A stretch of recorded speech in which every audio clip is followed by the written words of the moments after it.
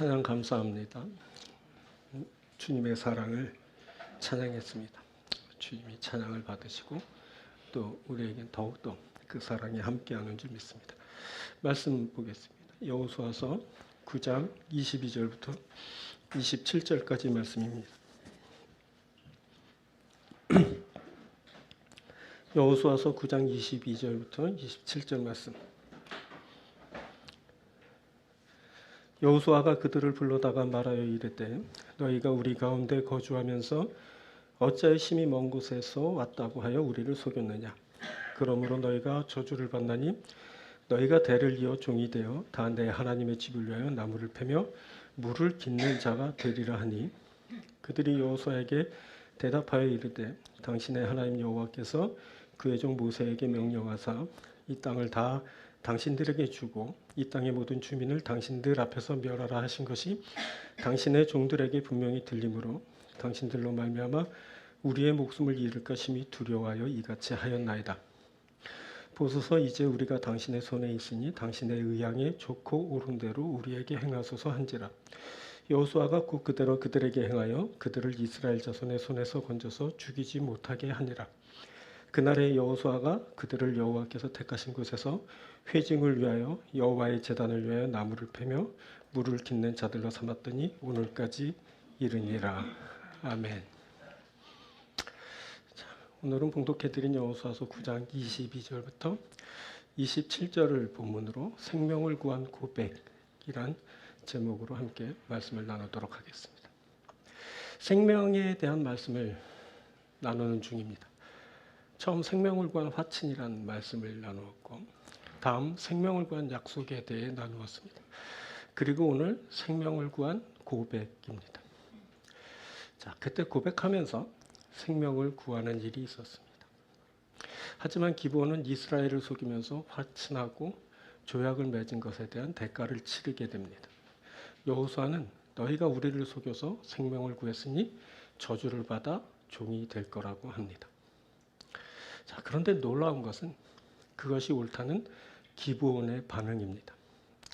보소서 이제 우리가 당신의 손에 있으니 당신의 의향에 좋고 옳은 대로 우리에게 행하소서 한지라.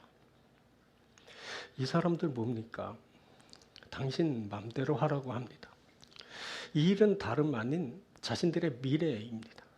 이것이 곧 기브온 자신들의 운명이 될 겁니다. 그런데 자신들은 이미 당신의 손에 있다고 하면서 당신 의향대로 판단하고 당신 좋고 옳은 대로 행하라 라고 합니다. 어떻게 이렇게 자신의 미래를 타인에게 넘겨줄 수 있는 걸까요? 자, 오늘은 이 기브온의 말, 기브온의 고백을 살필 겁니다. 생명을 구한 고백이 어떠한 것인지를 알아보고 이 고백이 어떻게 작용하게 되는지를 살피게 될 겁니다. 그러면서 오늘 우리는 또 우리에게 생명을 구한 고백이 필요함을 깨닫고 온전한 고백을 드리는 우리가 되기 위한 그런 준비를 하게 될 겁니다. 오늘 말씀을 나눌 때 생명을 구하는 고백이 여러분에게도 있게 되길 바랍니다. 오늘은 두 부분으로 말씀을 드립니다. 첫 번째는 맡김입니다. 자, 이 맡김은 신앙의 본질을 말합니다. 자, 생명을 구하는 일이 너에게 나를 맡기는 것을 통해 이루어집니다. 그것은 너가 나의 생명을 주관하는 자이기 때문입니다. 생명을 주관하는 너에게 나를 맡기면서 생명을 구하게 됩니다. 이것은 신앙의 본질을 말해줍니다. 죽을 수밖에 없는 자가 생명을 얻습니다. 멸망받을 수밖에 없는 죄인이지만 구원을 얻는 겁니다. 이 일이 구원하시는 자의 뜻대로 이루어집니다. 구원하시는 자가 은혜를 베풀면서 생명을 구하는 일이 발생합니다. 자, 이에 대해 반응하는 것이 신앙입니다. 생명을 구하는 것이 오직 은혜로 말미암는 것을 고백하는 것입니다. 또 생명을 주시는 일을 전적으로 인정하는 것입니다. 그리고 주관하시는 이에게 모든 것을 맡기는 겁니다. 그리고 구원을 희망하는 것입니다. 이것이 신앙입니다. 자, 먼저 차례로 살피면 고백하는 일이 있게 됩니다. 그때 기브온 사람들이 여호수아에게 이렇게 고백했습니다. 보소서 이제 우리가 당신의 손에 있으니 당신의 의향에 좋고 옳은 대로 우리에게 행하소서. 자, 이 구절을 공동 번역은 이렇게 번역했습니다. 우리는 이미 이렇게 당신의 수중에 있습니다. 소견대로 하십시오. 어떤 처분이든지 달게 받겠습니다. 본이 이 말은 나의 운명이 당신의 손에 있습니다. 나는 이미 죽어 마땅한 사람이지만 나에게 생명이 주어진다면 그것은 오직 은혜입니다. 이런 뜻입니다. 이들의 고백이 정말 놀랍습니다. 그것은 이들의 고백이 신앙의 본질을 그대로 담고 있기 때문입니다. 자, 신앙은 절대자를 인정하고 그에게 모든 것을 맡기고 구원을 바라보는 겁니다. 기브온 사람들은 우리는 이미 당신의 수중에 있습니다 라고 하면서 자신의 생명권을 가진 너를 인정하고 당신의 소견대로 하십시오 라고 하면서 너에게 모든 것을 맡기고 어떤 처분이든지 달게 받겠습니다 라고 하면서 너가 베풀어주는 구원을 바라보았습니다. 이들 기브온 사람들의 고백은 보니까 신앙의 본질을 그대로 담고 있는 겁니다. 이들은 내 운명은 당신에게 있습니다. 이미 죽을 운명이었던 내가 생명을 얻는다면 그것은 당신이 베풀어 주신 은혜 때문입니다. 이렇게 고백하는 겁니다. 기브온 사람들이 이 고백을 하게 됨으로써 생명을 얻게 되었습니다. 26절 보면 여호수아가 곧 그대로 그들에게 행하여 그들을 이스라엘 자손의 손에서 건져서 죽이지 못하게 하니라. 이들의 고백이 생명으로 이어진 겁니다. 이들의 고백이 생명을 구했습니다. 이렇게 신앙은 고백으로부터 시작합니다. 나의 운명이 당신의 손에 있습니다. 나는 죄로 인해 죽어 마땅하지만 생명이 있다면 그것은 오직 은혜입니다. 한마디로 내가 구원 얻는 것은 오직 은혜입니다. 라는 고백입니다. 자, 이 고백이 있은 후에 이제 생명을 주는 일을 전적으로 인정하는 일이 있게 됩니다. 기브온 사람들이 자신들의 운명이 여호수아의 손에 달려있다고 말하고 있습니다. 보소서 이제 우리가 당신의 손에 있으니 당신의 의향에 좋고 옳은 대로 우리에게 행하소서 한지라. 이는 여호수아를 전적으로 인정하는 말입니다. 이들은 자신들의 생사를 여호수아가 결정하게 될 것이라고 말합니다. 이것 역시 신앙이 시작될 때 일어나는 현상입니다. 절대자인 너에 대한 인정, 이것이 있게 됩니다. 자, 신앙은 헬라어로 피스티스, 믿음으로 번역되는 말인데 이 말은 신뢰, 확신을 뜻하는 말입니다. 이때 신뢰, 확신은 내가 아니라 너를 신뢰하고 확신하는 것입니다. 이 너를 신뢰하고 확신하려면 제일 먼저 나를 부인해야 합니다. 그래야 너를 신뢰하고 확신할 수 있게 됩니다. 계속 나를 세우고 주장하고 나로 가득 차 있다면 절대 너를 신뢰할 수 없게 됩니다. 이 신앙이 불가하게 되는 겁니다. 너를 신뢰하고 확신하려면, 즉 신앙하려면 제일 먼저 나를 내려야 됩니다. 그리고 나서 너를 절대 인정하는 겁니다. 자, 수로보고니게 여인이 복음서에 나오는데 마가복음서로 보면 이 여인이 예수께 나와 이제 귀신 들려 고통당하는 딸에게서 귀신을 쫓아내 주시기를 간구했습니다. 그런데 예수님은 자녀의 떡을 취하여 개들에게 던짐이 마땅치 아니하니라 라고 하시면서 그 여인의 청을 거절하셨습니다. 졸지에 이 여인은 개 취급당한 그런 모양새가 됐습니다. 그런데 이 수로보니게 여인은 옳습니다. 하지만 개도 주인의 상에서 떨어지는 것을 먹습니다. 라고 반응했습니다. 이 여인의 고백은 딸의 구원과 생명으로 이어졌습니다.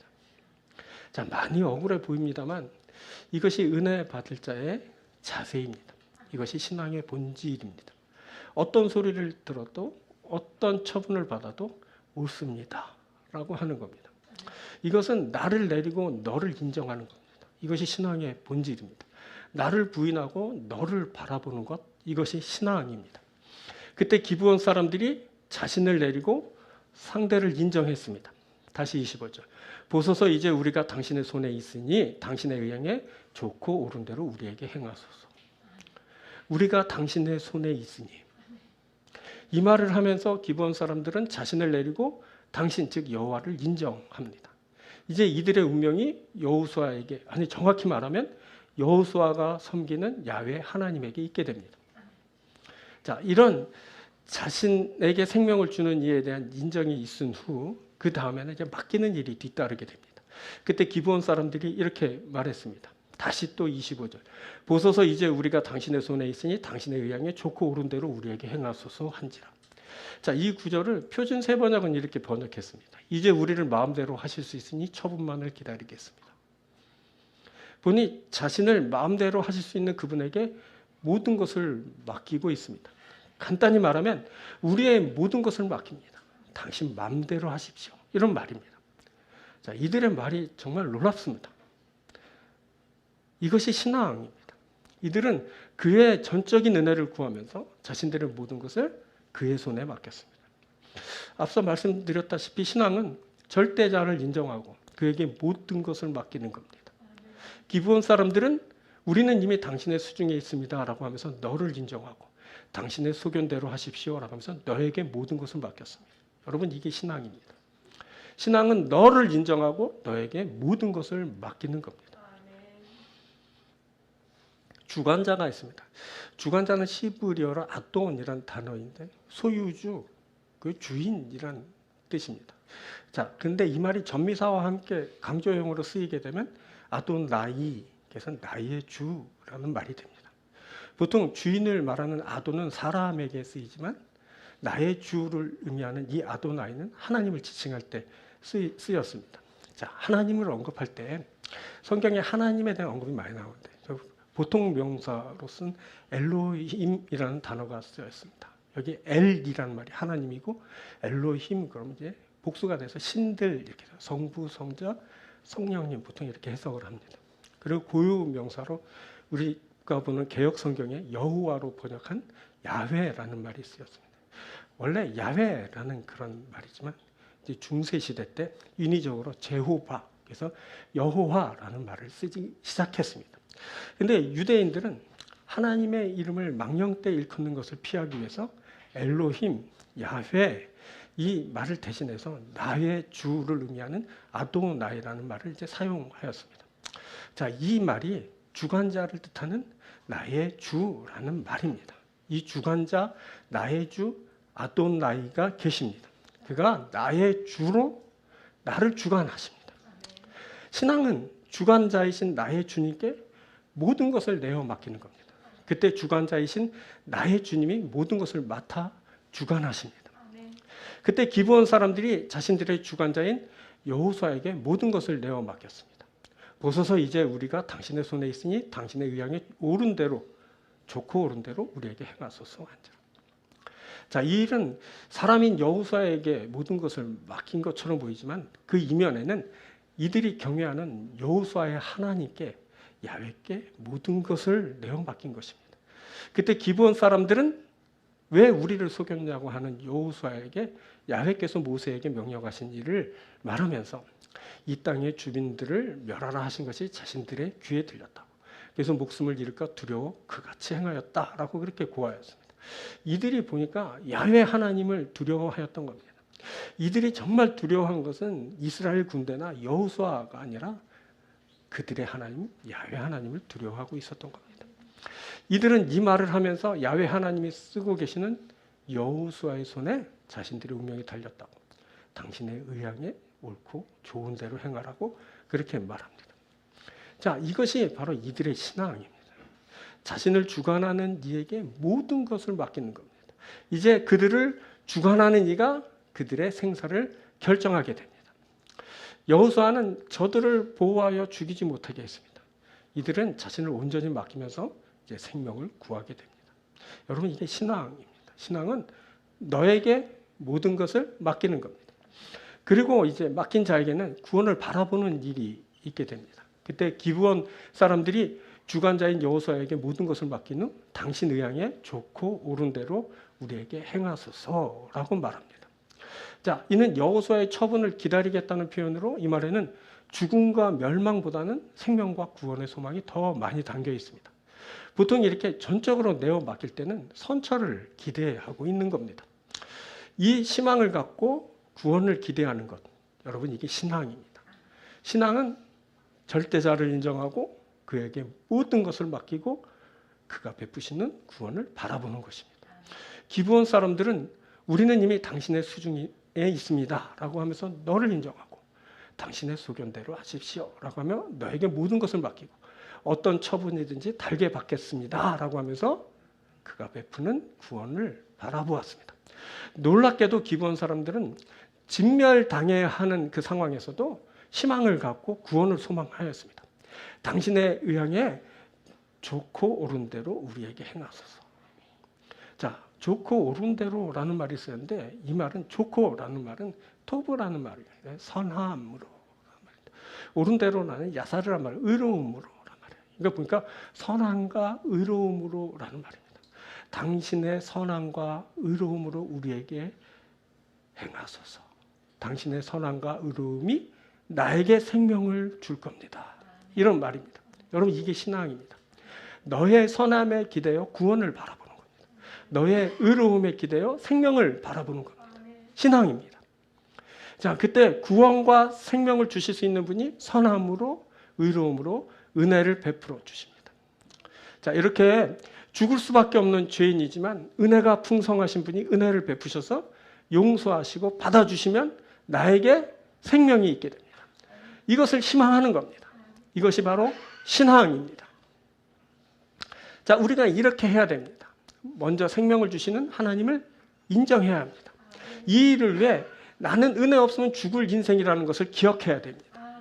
나는 죄로 인해 죽을 인생입니다. 하나님만이 나에게 생명을 주실 수 있습니다. 이것을 기억해야 됩니다.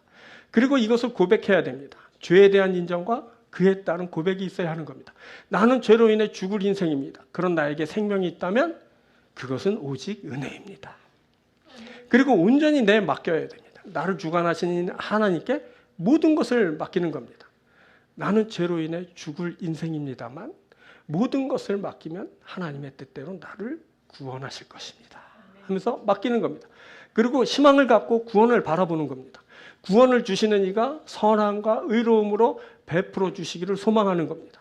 당신의 선함으로 의로움으로 우리에게 생명을 주십시오. 하면서 그것을 바라보는 겁니다. 사랑하는 여러분, 우리가 우리 자신을 내리고 하나님을 인정합니다.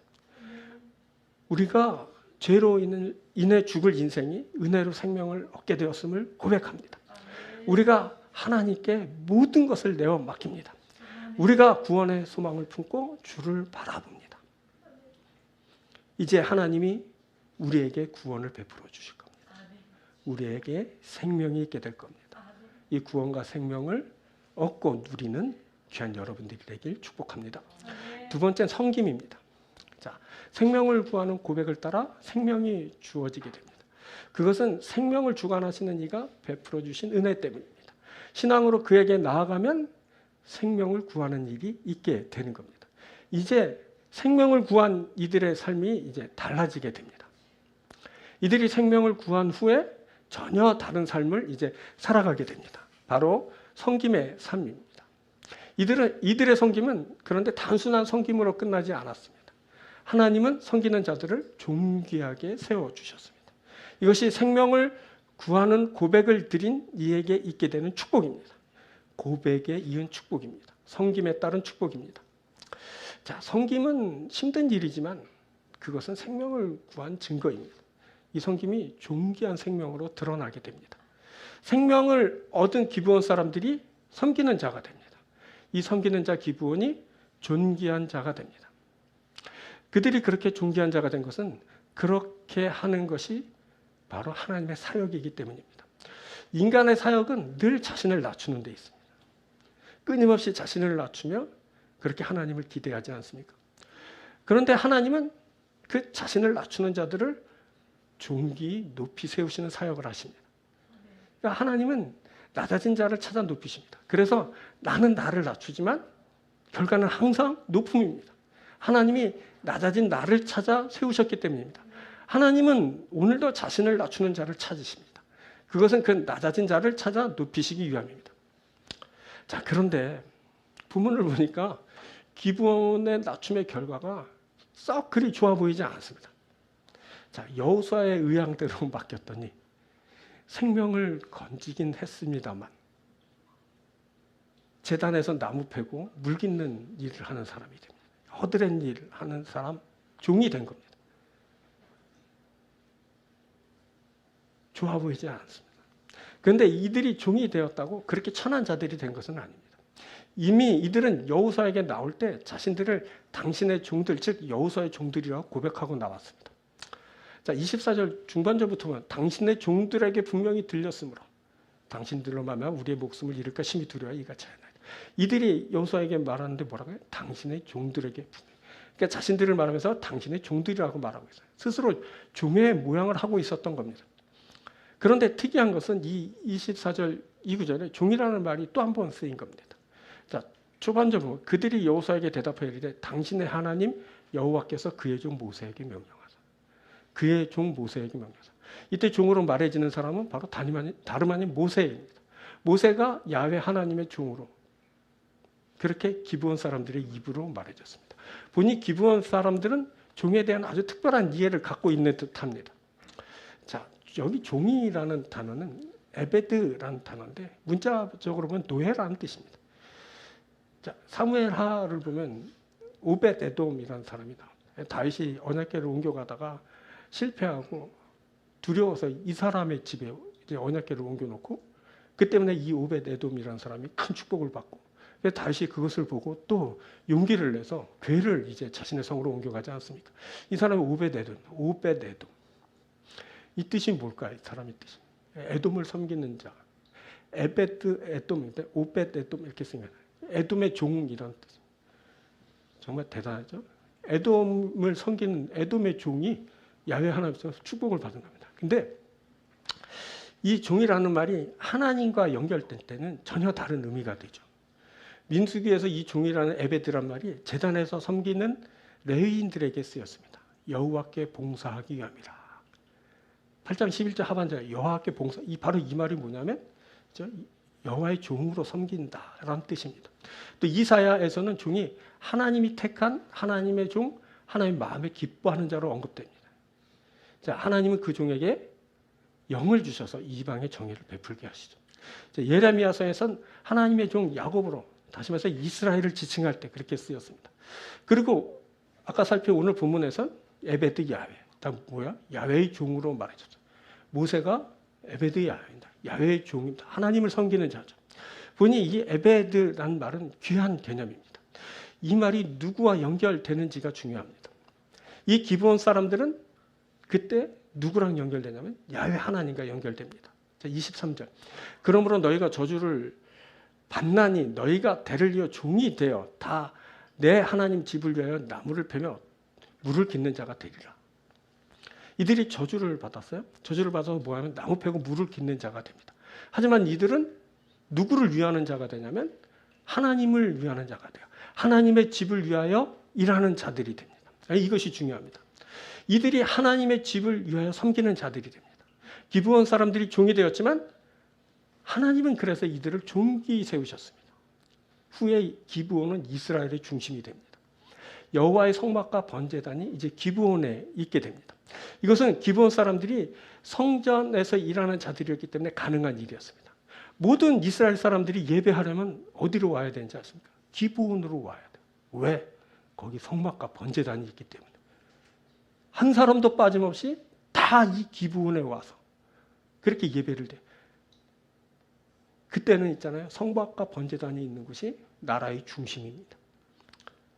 자, 성경을 보면 레위가 나오는데 레위는 폭력성 때문에 형제 시므온과 함께 아버지 야곱에게 저주를 받았습니다. 창세기 49장 5절. 시므온과 레위는 형제여 그의 칼은 폭력의 도구로다. 그러면서 7절에 이렇게 말해요. 그 노염이 혹독하니 저주를 받을 것이요. 그 저주받죠. 분기가 맹렬하니 저주를 받죠. 또 저주받죠.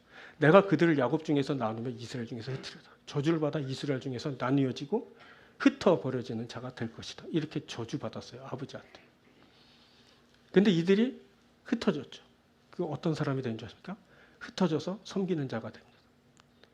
각 지파별로 다 흩어져서 이들이 뭐가 되는지 아십니까? 그곳의 제사장이 됩니다. 기브온 역시 폭력적인 사람이었습니다. 10장 2절 보면 오늘 여호수아 10장 2절 그 사람들은 다 강합니다. 지난번에 살폈잖아요. 이건 뭐냐면 파이터라는 거예요. 쌈꾼 전사들이란 말이에요. 이들이 뭐냐면 다 전사들이었어요. 근데 이 폭력적인 이 기브온 사람들이 어떻게 되냐면 성전에서 섬기는 자가 되죠. 마치 레위가 폭력적인 사람들이었지만 성전에서 섬기는 자가 되었던 것처럼 이 기브온 사람들도 파이터였지만 전사들이었지만 성전에서 섬기는 사람들이 됩니다. 이 파이터들이 성전에서 섬기는 자가 될 거라고는 그 누구도 생각지 못했습니다. 근데 이들이 성전에서 섬기는 자가 되었습니다. 그 누구도 상상할 수 없는 그 일이 발생하게 된 겁니다. 여러분, 후에 솔로몬이 기브온에서 그 중요한 1,000번제를 드리게 됩니다. 이렇게 기브온은 이스라엘의 중심이 됩니다. 예배하는 것이 곧 그들의 중심이기 때문입니다. 기브온은 예루살렘 성전이 세워지기 전까지 이스라엘의 중심부 역할을 하게 됩니다. 자, 하나님을 찾고 하나님 앞에 자신을 고백하고 낮추고 하나님을 위해 일하면 그에게 하나님의 임재가 있게 됩니다. 하나님의 임재는 그를 존귀하게 세웁니다. 기브온은 하나님 앞에서 이스라엘의 중심이 되었습니다.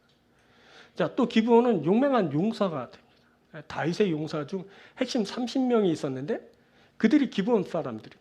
그들 중 30명 중 우두머리인 그 이스마야가 대표로 말해집니다. 기브온 사람 곧 30명 중에 용사야 30명의 우두머리가 된 이스마야며 이렇게 쭉 말씀되죠. 이들은 원래 용사들이죠. 아까 말했죠. 파이터라고. 근데 거기에 수많은 세월 동안 막 뭘 했죠, 이들이? 나무를 팼죠.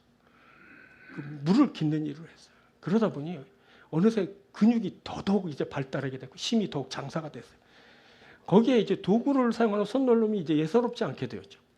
또 힘든 일을 하면서 인내심도 향상되었죠. 강한 용사의 자질을 갖추게 된 거예요. 자신도 모르는 사이에 이들은 점점 더 강한 용사가 되어가고 있었어요.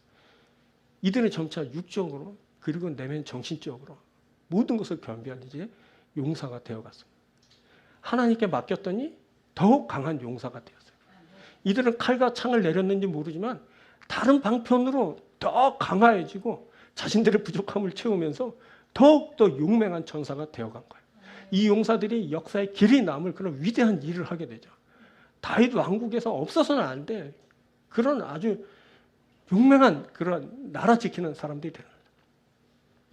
그리고 또 기브온은 제사장처럼 존귀한 자가 됩니다. 자, 후에 사울이 이스라엘의 왕이 됩니다. 그런데 그가 딱 보니까 아모리 족속 기브온 사람들이 이스라엘 내에 살고 있는 겁니다. 그러니까 사울은 이것을 못마땅하게 여겼죠. 그래서 기브온 말살 정책이 이제 실행됩니다. 인종 청소가 그때부터 있게 된 겁니다. 일로 많은 기브온 사람들이 이제 죽임을 당했습니다.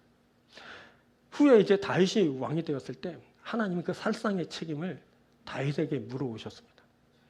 어떻게 해야 3년 동안 기근이 없었어요. 기근이 심했습니다.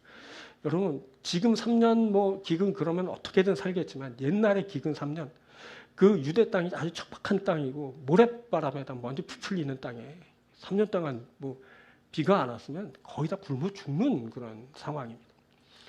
살 길을 찾다 찾지 못한 다윗이 이 기브온 사람들을 찾아갔어요. 하나님은 알려주셨거든요. 그래서 뭐라고 말하는지 아세요? 우리가 어떻게 해야 살겠느냐?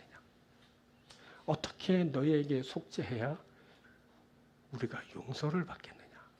어떻게 해야 너희들이 나를 축복하겠느냐? 이렇게 묻죠. 자, 볼까요? 사무엘하 21장 3절에 다윗이 그들에게 묻되 내가 너희를 위해 어떻게 하랴? 내가 어떻게 속죄하여야 너희가 여호와의 기업을 위하여 복을 빌겠느냐? 자, 이 말은 뭐냐면 당신들이 우리를 축복하지 않으면 우리가 다 죽을 겁니다. 그렇게 고백하면서 용서를 청한 겁니다. 축복을 빈 겁니다. 여러분, 이것이 하나님의 회복의 방법입니다. 하나님은 기브온이 축복하는 대로 이스라엘을 회복시키십니다. 기브온이 용서하지 않으면 이스라엘에겐 회복이 없습니다. 업신여겨 함부로 집합받던 그 사람들이 축복해야 내가 삽니다. 과거 경멸했던 천한 자들이 축복해야 내가 살 수 있는 겁니다. 너무 꼴보기 싫어서 죽어 없어졌으면 했던 사람들이 이제 나의 제사장이 됩니다. 분명히 깔보고 업신여기며 비웃었던 자인데 그들이 나의 생명줄을 쥐고 있습니다. 이제 그가 나를 축복하지 않으면 나에게 생명이 없게 됩니다. 이제 그가 나의 제사장입니다. 하나님은 이스라엘을 축복하는 제사장으로 기브온을 세우셨습니다. 자, 기브온은 낮아졌지만 생명을 얻고 거기에 그치지 않고 과거 자신들이 살려달라고 생명을 갈구했던 그 사람들에게 역으로 생명을 주는 자가 됩니다. 기브온이 이스라엘을 용서하고 축복하면서 이스라엘이 살 길을 얻게 됩니다. 속임수로 겨우 생명을 보존한 사람들, 나무 패며 물이나 깃던 사람들, 업신여김을 당해 떼죽임을 당한 사람들, 저들을 아무도 기억하지 않았지만 하나님이 기억하셨습니다. 하나님은 이들의 억울함을 풀어주시고 저들을 제사장처럼 높여주셨습니다. 이제 이스라엘이 그 기브온 사람들 때문에 생명을 얻게 됩니다. 살기 위해 급급하고 업신여김 당하고 죽을 일을 경험하지만 그럼에도 하나님 앞에 나오고 하나님의 일을 힘쓰고 자신을 고백하고 겸손히 낮추면 하나님이 그를 반드시 기억하십니다. 하나님은 그를 존귀히 세우십니다. 하나님이 그를 왕처럼 높이십니다. 하나님이 그를 제사장 삼아 주십니다. 여러분, 이것을 기억하시기 바랍니다. 하나님은 섬기는 자를 귀히 여기십니다. 섬김은 힘든 일이지만 우리가 생명 얻은 증거입니다. 우리가 섬김으로 존귀한 사람으로 세워집니다. 섬김으로 생명을 얻은 증거 삼으십시오. 섬김으로 더욱 존귀한 자가 되기를 축원드립니다. 자, 말씀 맺겠습니다. 앞서 고백분에 신앙의 본질을 살폈습니다. 뭐죠? 인정하고 고백하고 맡기는 겁니다. 그리고 소망하는 겁니다. 바로 이것이 신앙입니다. 여러분, 그를 인정하시고 나의 부족함과 죄를 고백하시며 온전히 나를 내어 맡기고 죽을 수밖에 없는 형편에서도 그를 희망하시는, 그래서 온전히 신앙함으로 생명을 얻고 구원을 얻는 여러분들이 되길 축복합니다. 또 하나님을 섬기는 자가 되길 바랍니다. 하나님은 섬기는 자를 존귀히 여기십니다. 높이 세우십니다. 섬기면서 더욱 더 존귀한 사람 되시기를 주의 이름으로 축원드립니다. 기도하겠습니다.